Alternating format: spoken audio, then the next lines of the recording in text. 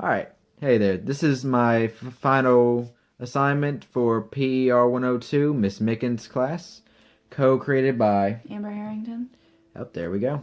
And we're going to basically be showing you the difference between the male and female perspective and if it's really different. That way we can see two different points of views on several different questions we kind of came up with. But we'll get right into it.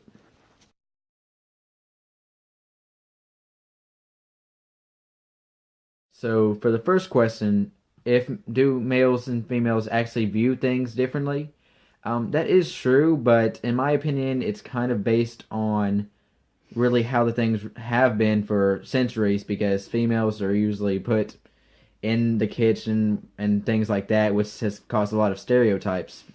But whether that's right or not, I don't think so. And she's going to be cracking up this whole time. But I'm going to go ahead and let her say her opinions first. So here we go. Actually, it depends on basically the personal history of the person, whether they view it or not, where they're from, the ethics of their actual community, their culture.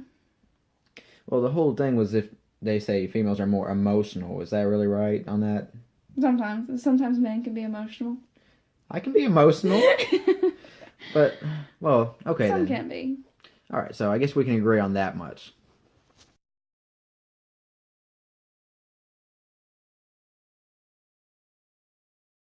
All right, now we're moving on to absolute morals.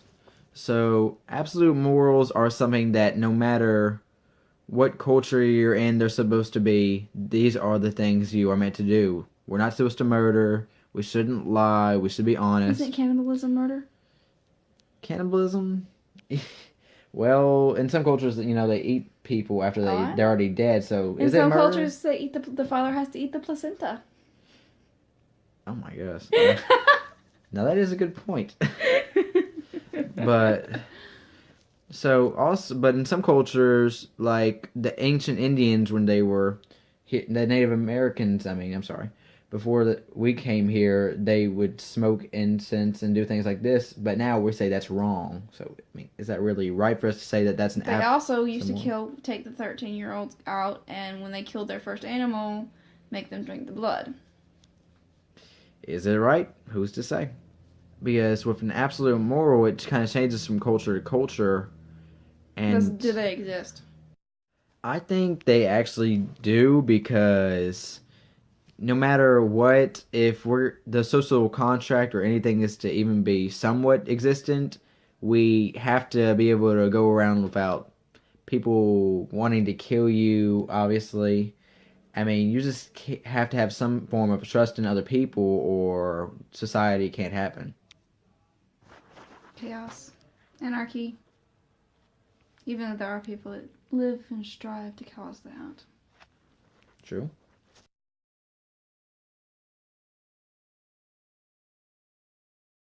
Alright, and for this next part of the video, we're going to go into the fact of, since we're both Christians, we're kind of going to go from that perspective of it. Should the Bible really be seen literally, and if so, how much of it is really relevant to today's kind of standpoint as far as morals? In my opinion, we definitely shouldn't listen to everything it says from the letter because a lot of things in the Old Testament were kind of harsh as far as if your wife leaves you and she doesn't have a good enough reason, you stone her, or just lots of other reasons, really. Things that didn't quite add up. No, you come back, you take her and you steal her back and whip her. Yeah. So what do you think? Same thing, because if somebody practices Wicca, technically they are another pagan religion. Technically they are what the Bible calls a witch. But you wouldn't go and take a stone and slam them across their head and kill them.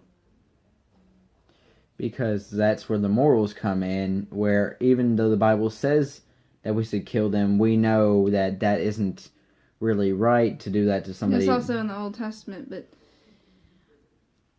just because somebody claimed to be something they're not, claimed adulterous, excuse me, so just because somebody decides, oh, hey, I'm gonna go sleep with this guy.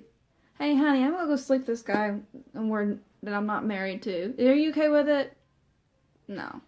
And also for the same reasoning, a lot of people back then could try to sleep with somebody else's wife, and then if she said no, he could go around say she did anyway and get her stoned.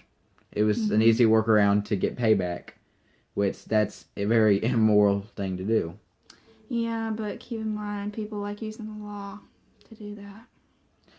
Yep. So many Bible principles not so relevant today, and definitely can lead to some immoral decisions if they're so used. However, if you do not love thy neighbor and you decide, oh, hey, look, I want what my neighbor has, I'm gonna go kill them and break into their house and take their family, it don't work like that today.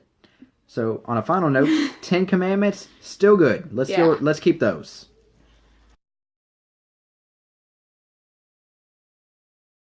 So the next one is, of course, the big one that I know a lot of people will be making videos on, and Euthanasia. it's euthanasia. So, do we ever really have the right to take a life? If your best friend comes to your house, he says he's dying, but he's afraid to commit suicide, and you end his life for him instead, did you really do something right, or are you now a murderer?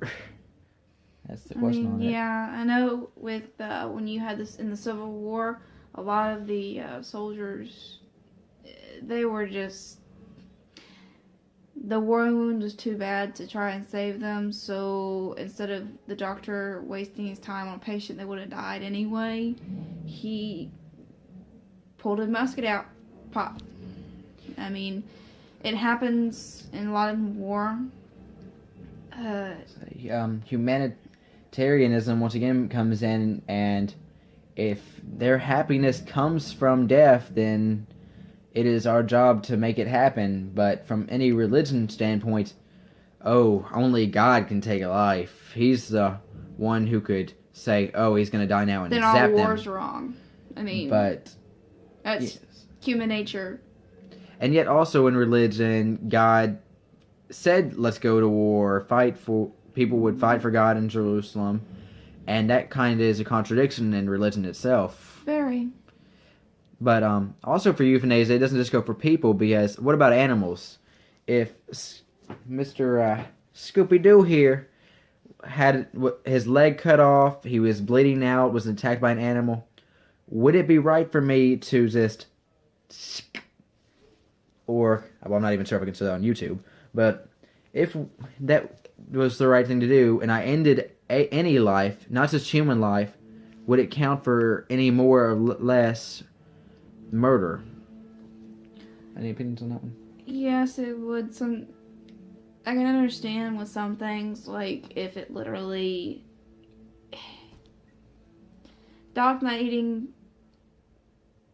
dog's not eating, due to cancer in the mouth, or just decided I'm done. Yes, animals can give up on life too. I've seen it in several with my own animals. Just And at that point, it seems like the right thing to do, but that's wrong. we shouldn't have opinions in it. It's wrong to take a life, but sometimes it's for the best.